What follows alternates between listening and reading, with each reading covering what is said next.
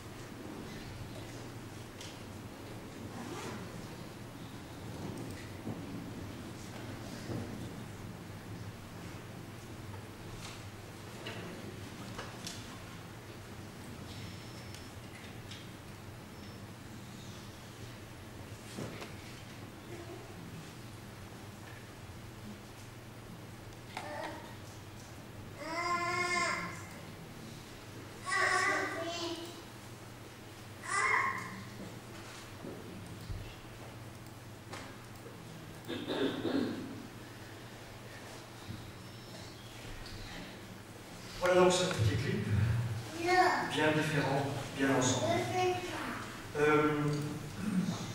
Alors pour qu'il n'y ait pas de malentendu, quand pour ma part je dis je suis Charlie, je ne veux surtout pas dire par là que j'aime beaucoup les dessins qui ont été faits dans Charlie Hebdo, ça ne m'attire pas du tout.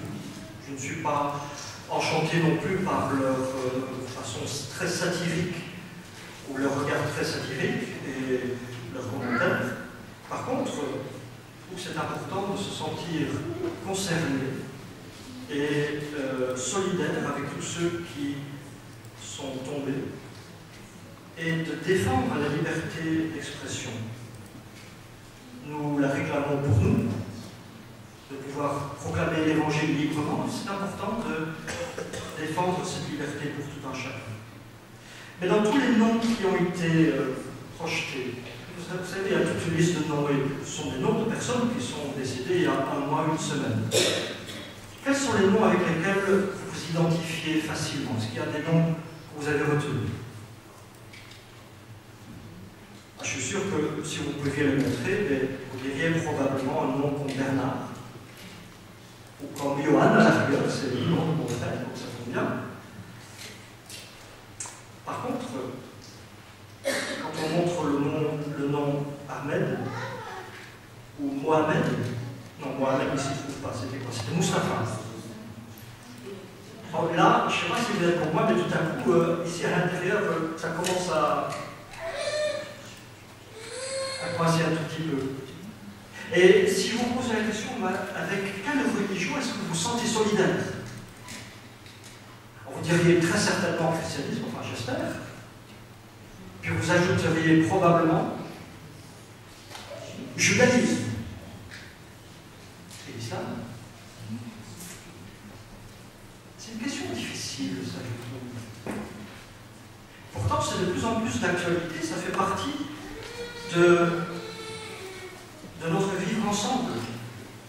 Dans les manifestations qu'il y a eu, alors non seulement il y a ce message « je ne confonds pas terroriste et musulman », on va faire d'amalgame, il y a aussi l'autre qui dit « musulman pas terroriste, mais plutôt la paix et l'amour ». Quelle est notre attitude vis-à-vis de ces 3 religions, de cette 3e religion mondiale dans notre Église? Alors c'est pour cette raison-là que j'ai choisi ce fameux récit d'Ismaël, la naissance d'Ismaël. Parce que nous savons que la séparation qu'il y a eu entre le judaïsme et l'islam, encore que ce n'est pas vraiment l'islam, plutôt le peuple juif, le peuple arabe, l'origine se trouve là, puisqu'il y a le même père, Abraham. Alors permettez-moi, dans un premier temps, de resituer le texte dans contexte de l'époque d'Abraham, ensuite d'analyser très rapidement le récit, et ensuite d'essayer d'actualiser pour nous aujourd'hui. Alors d'abord, Abraham. Abraham reçoit une promesse. Donc promesse de la part de Dieu, et vous connaissez cette histoire. Dieu qui dit à Abraham, va-t'en de ton pays, de ta patrie, de la maison de ton père dans le pays que je te montrerai. Je ferai de toi une grande nation et je te bénirai. Je rendrai ton nom grand et tu seras une source de bénédiction.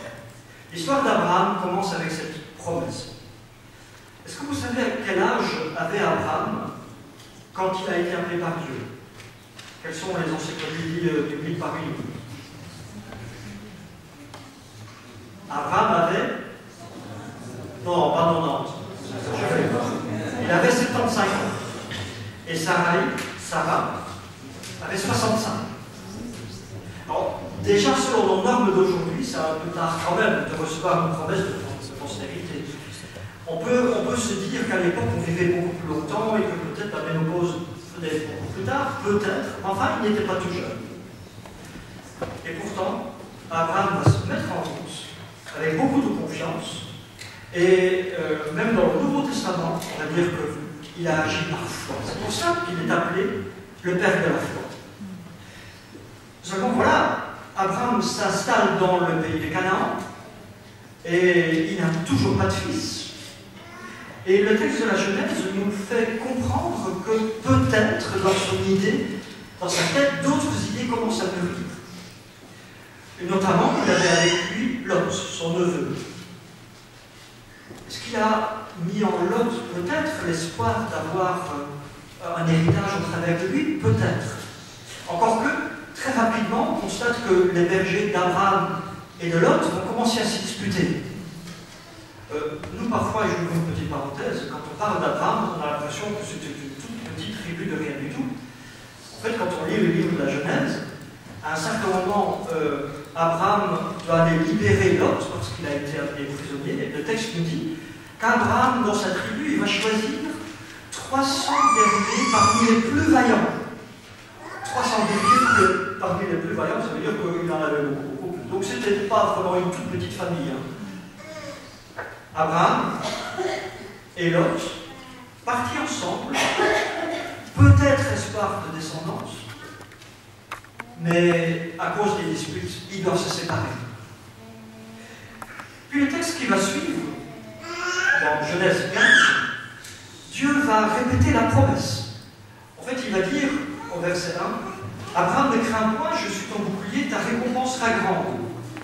Alors, mets-toi à la place d'Abraham, toujours pas de fils. Et donc il répond, Seigneur éternel, que me donneras-tu? Enfin, qu'est-ce que tu me dis là, Seigneur? Qu'est-ce que tu vas me donner? J'ai rien, j'ai pas de fils. Et il ajoute, je m'en vais sans enfant, l'héritier de ma maison, c'est Eliezer de Damas. Voilà un deuxième héritier potentiel. En fait, c'est probablement un esclave libéré. Voici, tu ne m'as pas donné de postérité, celui qui est né dans ma maison sera mon héritier. Tu ne m'as pas donné d'héritier. Abraham, il dit les choses qu'il pense à Dieu. Mais en même temps, on constate que, bien, il a foi en Dieu, mais il a tout de même déjà des solutions de rechange. Lot, peut-être, Eliezer ici à coup sûr. Alors nous, ça peut nous paraître bizarre, mais il faut savoir qu'à cette époque, on pouvait adopter déjà un fils, un héritier. Et ça pouvait être quelqu'un de la famille, ça pouvait être aussi un esclave libéré, comme ici Eliezer de Damas. On a retrouvé d'ailleurs des contrats d'adoption de cette époque-là. Dieu, dans la suite, va rassurer Abraham. Ce n'est pas lui qui sera ton héritier, verset 4, mais celui qui sortira de tes entrailles qui sera ton héritier. Et le verset 6, Abraham a confiance en l'Éternel. Abraham a confiance en l'Éternel. Le temps passe et on arrive à notre histoire de la naissance d'Ismaël. Genèse chapitre 16. Est-ce que vous savez quel âge avait Abraham à ce moment-là? Si vous avez bien suivi le texte, vous devez le savoir. 10 années ont passé. 86. Et Sarah, c'est facile à calculer, c'est 36. Et dans le chapitre qui va suivre, je pense que c'est le chapitre 17, vous savez, quand Abraham et Sarah reçoivent la visite des 3 visiteurs et qu'elles reçoivent à nouveau cette promesse de descendance, quelle est la réaction de Sarah?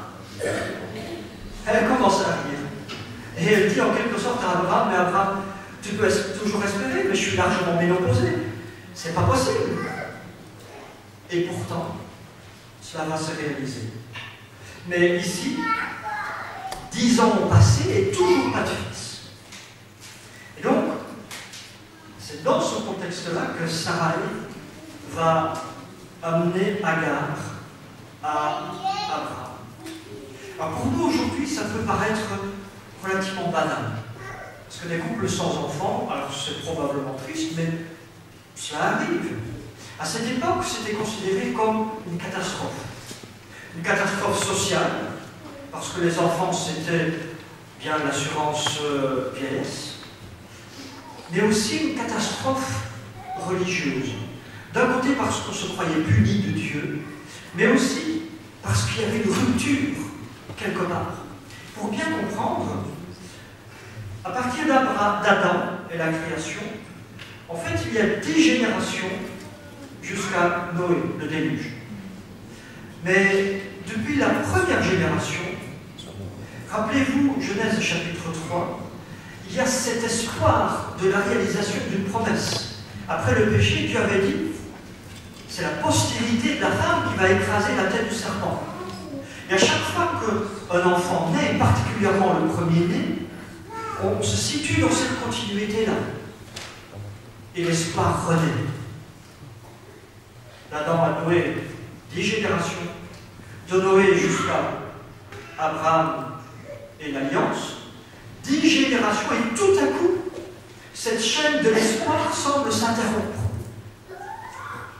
C'est une forte inquiétude, non seulement sociale, familiale, mais aussi spirituelle, religieuse.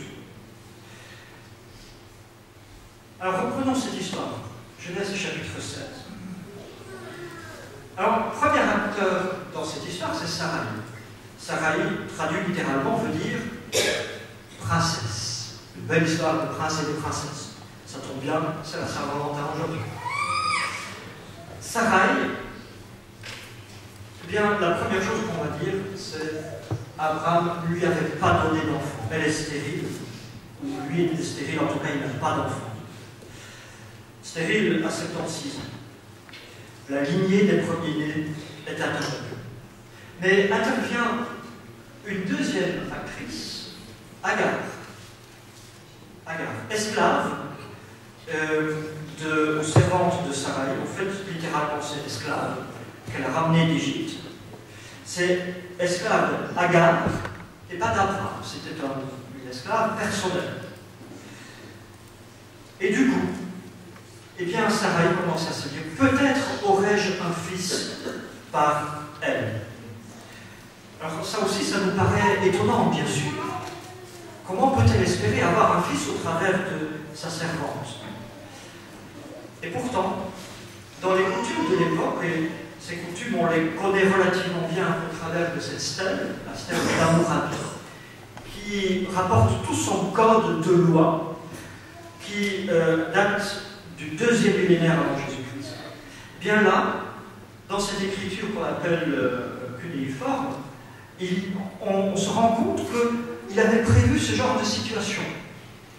Et il va, par exemple, dire que si après X années de mariage, un couple est sans enfant, eh bien, on ne peut pas répudier la femme.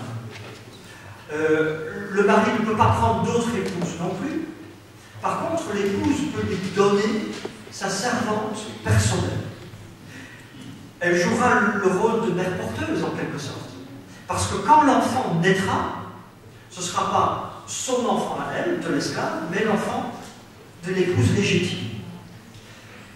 Comme quoi la mère porteuse, ça existe depuis pas mal de temps déjà. Alors visiblement, Sarai va dire à Abraham, mais tu sais, c'est normal.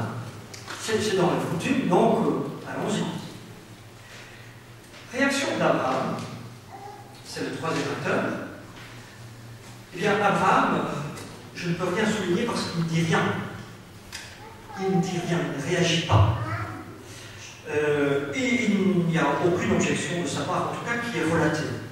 Contrairement à ce qu'on montre souvent dans les films, quand c'est transformé en vidéo, par exemple, bien Abraham intercède en disant mais non, ça va, c'est toi que j'aime, parce que tu es la seule femme, etc. Ici, dans le récit biblique, il ne dit rien. Il est entièrement passif. Et, j'allais dire, il s'exécute. Il alla avec Agar, et très rapidement, le texte ajoute, et elle fut enceinte. Alors, on peut imaginer la joie et la fête, mais ça a aussi porté à conséquence. Puisque, du coup, sa maîtresse ne comptait plus à ses yeux, et Sarai va le faire comprendre à Abraham. Elle va dire à Abraham, je ne compte plus à ses yeux. Alors sachez que ça aussi, le code d'Hammurabi l'avait prévu. Pourquoi il y a une certaine sagesse quand même. Et là, je vais vous donner le texte. Alors même s'il est adressé à... Enfin, il parle plus spécifiquement de cas d'une épouse qui est une prostituée sacrée. Je ne vais pas entrer dans ce genre de détails. Le texte dit, si celle-ci donne sa servante à son mari, qu'elle a des enfants, si plus tard cette servante revendique l'égalité avec sa maîtresse, parce qu'elle a eu des enfants, sa maîtresse ne pourra pas la vendre. Elle pourra lui imposer la marque des esclaves et la compter parmi les esclaves. Si elle n'a pas eu d'enfants, sa maîtresse pourra la vendre. Donc, elle ne peut pas faire comme si sa maîtresse n'était plus rien. Elle reste toujours servante. Et si elle va trop loin, bien la maîtresse a le droit, je ne vais pas dire de la maltraiter, mais en tout cas de la considérer vraiment comme une esclave. Ici, dans le texte, Sarai va dire que la violence qui est faite, verset 5, retombe sur toi. Elle s'en prend en quelque sorte à Abraham. Une autre traduction dit, la traduction économique, Sarai dit à Abraham, tu es responsable de l'injure qu'il m'a faite. Alors bien sûr, elle oublie que c'est elle qui a été un peu l'orfèvreuse quand même. Hein. Mais en même temps, elle n'a pas entièrement tort. Parce que l'enfant qui va naître est bien l'enfant d'Abraham. Et il peut se considérer comme au moins co-responsable. Mais qu'est-ce qu'il dit? Est-ce qu'il donne une parole encourageante? Est-ce qu'il essaie de réconcilier, d'arranger les choses? Ah non, il dit, ta servante est entre tes mains, agis à son égard comme il te plaira. Et sachez que c'est la seule parole qu'Abraham va prononcer pendant tout cet épisode. Rien d'autre. Est-ce que c'est une façon de prendre ses responsabilités, d'assumer? Pour ma part, je ne pense pas. Il aurait pu intervenir autrement. En fait, il se cache derrière Sarah. La conséquence sera catastrophique, parce qu'effectivement, le texte continue en disant « Alors Sarai se mit à l'affliger, à la maltraiter. Et Agar, bien Agar s'enfuit pour lui échapper. » Le mot Agar signifie d'ailleurs fuite.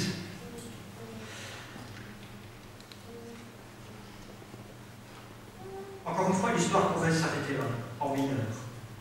Mais l'histoire ne s'arrête pas, heureusement. D'abord, on constate que le Seigneur va suivre Agar dans le désert. Parce que le désert dans la Bible, c'est ce lieu isolé, ce lieu retiré, où on n'entend plus les bruits, le tumulte des hommes, où du coup on peut être attentif à la parole de Dieu. Et Dieu parle, effectivement. Dieu va suivre Agar dans le désert, et là, elle pourra rencontrer le divin. Alors ce qu'on constate dans ce texte, je suppose que vous voyez le nom de Dieu en majuscule, le Seigneur. C'est le mot Yahvé, tétragramme sacré, le nom de Dieu qui est répété. C'est le Dieu, selon Exode 3, le Dieu qui est présent.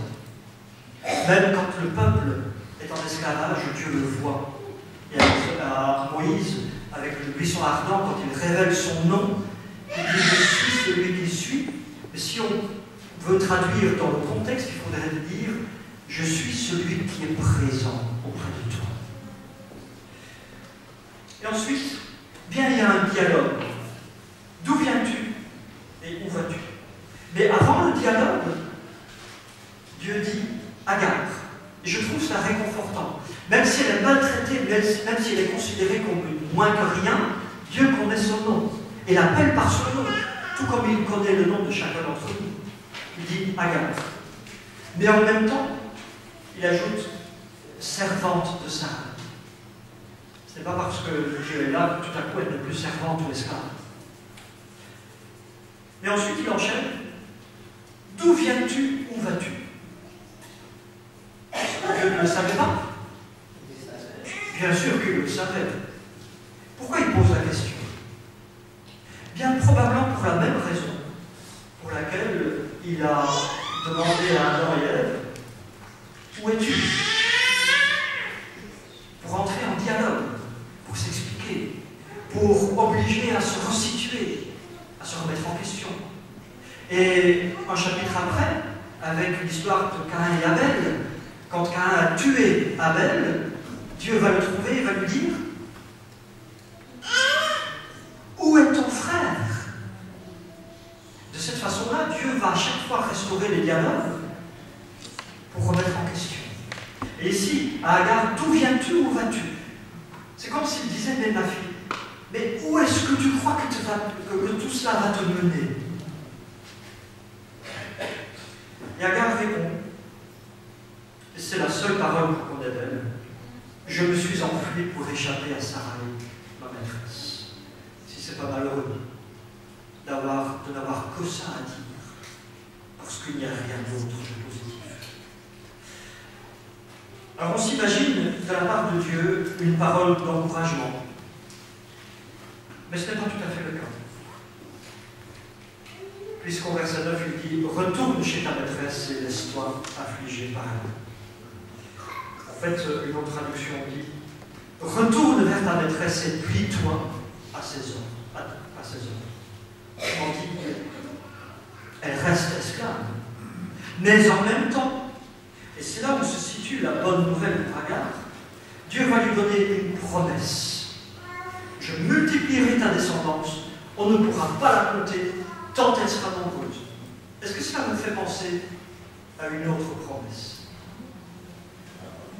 La promesse faite à Abraham, c'est exactement la même.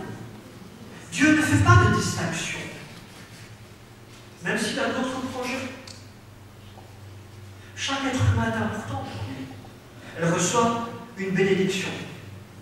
Et puis, il y a ce fils qui va naître. Dieu va dire, tu vas l'appeler Ismaël, qui veut dire, la traduction donne la signification, Dieu entend. Et effectivement, Abraham va l'appeler Ismaël, Dieu entend. Dieu entend. Cela reflète sa bonté, sa fidélité, qui n'oublie pas Agar, malgré la maltraitance des autres. Dieu entend, Dieu répond, Dieu intervient. Alors si on résume cette histoire, et si on essaie de survoler rapidement l'attitude prise de chacun par rapport à Dieu et à sa promesse, qu'est-ce qu'on constate? Il y a d'abord attitude d'Abraham, de Sarai plutôt, impatience. Essayer d'arranger les choses parce qu'on est impatient. Abraham, lui, bien malheureusement, c'est la passivité. Et on pourrait même dire, quand il dit à Sarai, fais ce que tu veux avec ta servante, refus d'assumer ses responsabilités. Et Agar, elle, c'est la fuite. Des réactions dans lesquelles on peut peut-être se reconnaître. Peut-être même dans chacune. Il y a peut-être des moments dans notre vie où on est tenté de faire comme l'un de ces personnages. Mais Dieu répond. Dieu nous suit, même dans le désert. Et donne cette promesse. Ismaël, Dieu entend. À ne jamais oublier. Alors je voudrais faire le lien maintenant avec l'actualité. Ismaël, l'ancêtre du peuple arabe est donc indirectement considéré comme l'ancêtre des musulmans, même si c'est un raccourci. Abraham, le père de 3 religions monothéistes, le judaïsme, le christianisme, l'islam. Après avoir relu cette histoire, je me suis posé la question. Imaginons pendant quelques instants qu'Abraham ait réagi autrement. Qu'il ait privilégié le dialogue pour essayer d'arranger les choses. Qu'il ait pris ses responsabilités. Est-ce qu'il se pourrait que notre monde d'aujourd'hui aurait été complètement différent? C'est dire à quel point c'est important. Dans toute démarche, et là je prends cela pour nous aujourd'hui, il est important de privilégier le vrai dialogue, respectueux, mais aussi le fait d'assumer ses propres responsabilités. Quelques réflexions. Il y a ce livre qui m'a interpellé, en tout cas le titre, Chrétiens et musulmans, frères devant Dieu. Voilà l'interrogation. Alors c'est vrai que quand on parle de l'islam, et surtout dans le contexte d'aujourd'hui, ça grince un peu au creux de notre estomac, à cause des attentats, du terrorisme. Mais en même temps, est-ce que les musulmans sont des frères? Question difficile. Et pourtant, nous avons le même Créateur. Le livre de Proverbes, notamment, nous le rappelle. Nous avons même le même ancêtre de la foi, Abraham. Et même si je ne pourrais jamais dire j'aime bien le Coran et l'enseignement islamique, eh bien, peut-être que je devrais aussi apprendre à appeler ce vrai croyant, en tout cas ce croyant sincère, frère. J'ouvre une petite anecdote. Quand j'étais encore à Liège, un jour, avec mon épouse, on a été invités pour manger chez un professeur de religion islamique avec sa famille. Et on était franchement très très bien reçus, avec un énorme couscous autour d'une table, par terre, et on mangeait avec les doigts, etc. Et puis après, je me suis dit, on a eu vraiment de très très bonnes conversations. Et après, je me suis dit, imagine pendant quelques instants, que cet homme ou cette famille t'ait demandé de prier avec eux. Est-ce que tu l'aurais fait? Selon moi, je ne sais pas ce que j'aurais fait. Puis après réflexion, je me dis, mais pourquoi est-ce que je ne l'aurais pas fait? Pourquoi est-ce que je ne l'aurais pas fait? Bien sûr, on a tellement de préjugés. Il y a tellement de préjugés dans notre monde. Et on a tellement tendance à projeter nos angoisses sur les autres qui sont différents. Il y a un mot que l'histoire d'Abraham nous rappelle, c'est le mot d'assumer. Assumer aussi notre propre histoire, notre propre responsabilité. D'abord, nous avons une origine commune, ne l'oublions pas. Et ensuite, est-ce que les maltraitances, les extrémismes sont seulement du domaine de l'islam? Est-ce que l'histoire chrétienne n'en est pas remplie aussi? Quelques images. Les croisades. On parle souvent du djihad, la Sainte Guerre. Est-ce que les chrétiens n'ont jamais fait de Sainte Guerre contre l'islam, avec les armes et le sang qui a coulé? Bien sûr, je sais bien, il faut rentrer dans le contexte, mais le temps ne nous le permet pas. Mais plus proche de nous, ceux qui ont vécu la Deuxième Guerre mondiale, Gott-mit-uns, et le christianisme qui bénit les armes qui vont tuer. Ou encore plus proche de nous, Irlande du Nord, où chrétiens, catholiques et protestants s'entretuent, parce qu'on ne croit pas exactement la même chose. Est-ce que l'extrémisme intolérant, c'est uniquement l'islam? Encore une image de l'histoire, l'Inquisition. Et cet après-midi, si vous venez à la conférence sur la Trinité, je vous expliquerai que ce n'est pas uniquement les catholiques.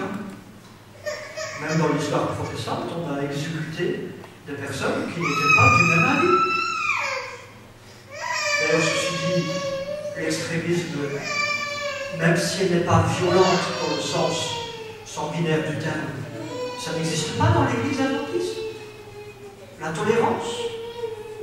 Alors, je pense qu'il faut le dire humblement, très certainement. J'ai trouvé cette liste sur Internet et je suis content que vous ne sachiez pas lire tous les mots qui sont marqués, ou peut-être un tout petit peu, sur les extrémismes religieux. Alors bien sûr, il y a l'islam, mais le christianisme s'y retrouve. Tiens, je n'ai pas vérifié si l'Église adventiste s'y trouve. Et à première vue, non. Mais que ça ne nous rend pas trop orgueilleux. Parce que l'intolérance, bien parfois, on la trouve aussi parmi nous. Encore quelques images qui sortent aussi plus ou moins de l'actualité. On exècre souvent ces manifestations islamiques contre eux. Mais là, c'est une manifestation chrétienne, où on dit littéralement « Tourne-toi vers Jésus ou brûle en enfer ». C'est pas violent, ça. Ou alors cette autre manifestation, visiblement il y a eu un tueur, où des chrétiens disent « Dieu est ton ennemi, c'est Dieu qui a envoyé celui qui a appuyé sur la détente, celui qui a tué. » C'était dans le contexte des cliniques d'avortement, des attaques à la bombe. Alors bien sûr, on peut être contre l'avortement, mais faut-il devenir violent et intolérant pour ça? Je pense à une autre considération qui n'est plus tellement du niveau religieux, et je ne vais pas insister parce que je ne suis pas sociologue, mais plutôt du domaine sociétal. Est-ce que notre histoire ne montre pas aussi que le monde chrétien, notre société, quand elle était encore chrétienne, quand elle a importé à bout de bras des ouvriers bon marché, et notamment beaucoup de musulmans, qu'est-ce qu'elle a fait pour que cette population ait une vue décente, qu'elle ne soit pas marginalisée, qu'elle ne s'enferme pas? Est-ce qu'on n'emporte pas parfois un tout petit peu les conséquences aujourd'hui? Je ne peux pas m'empêcher de me poser cette question. Est-ce que quand on vit la misère extrême, ça ne pousse pas parfois? Alors ça n'excuse pas, bien sûr. Mais peut-être qu'il y a aussi moyen d'essayer de comprendre. En tout cas, pour moi, une des conséquences ou des conclusions les plus importantes, c'est de dire stop à l'extrémisme. D'être responsable, comme Abraham aurait pu l'être. De se lever pour la justice et pour l'équité. Et de combattre les extrémismes, à commencer par nous. À favoriser la tolérance, le respect de la différence, dans quelque sens que ce soit.